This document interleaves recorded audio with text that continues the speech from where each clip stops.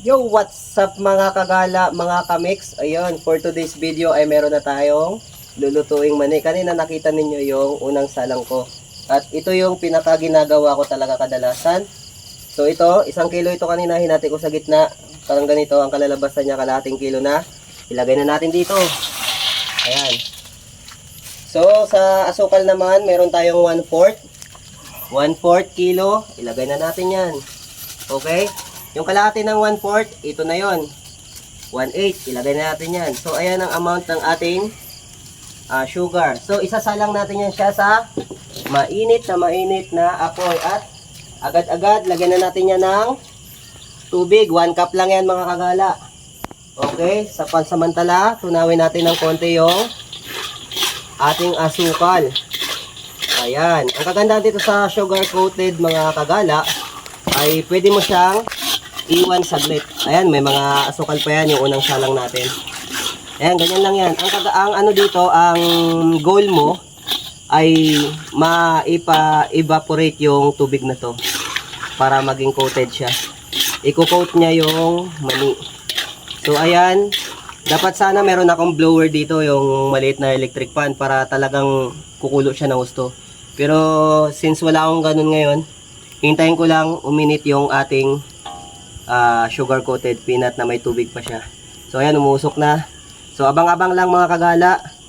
Medyo ikakat muna natin ito at videoan natin mamaya.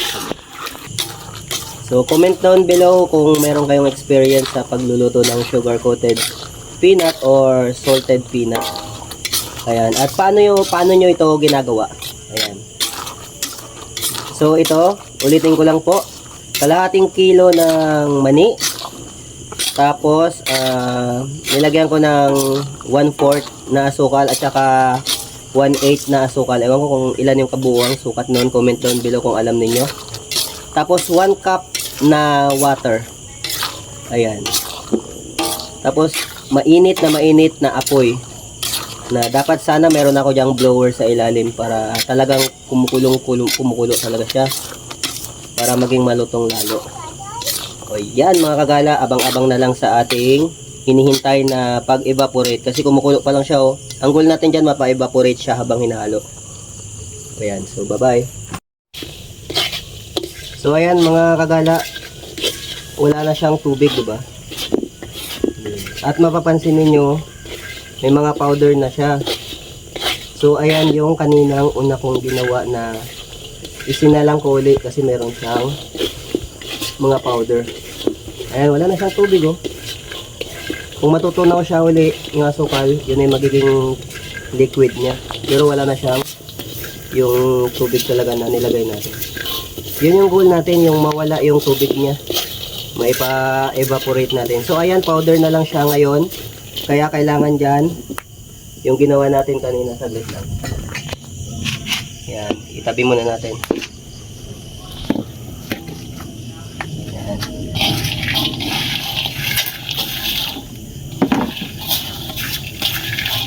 Sobrang init.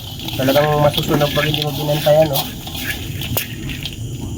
So, ang goal dito ay tunawin talaga ng gusto yung mga powder niya. So, kailangan may pailalim, mapunta sa ilalim yung powder niya para tutunawin ulit. Yan, mga 10 to 17 seconds. Depende sa lakas ng apoy para matunaw siya. Yan, minsan tunaw na yung ilalim, wala pa siyang usok. Depende rin talaga. Ayan o. Yan.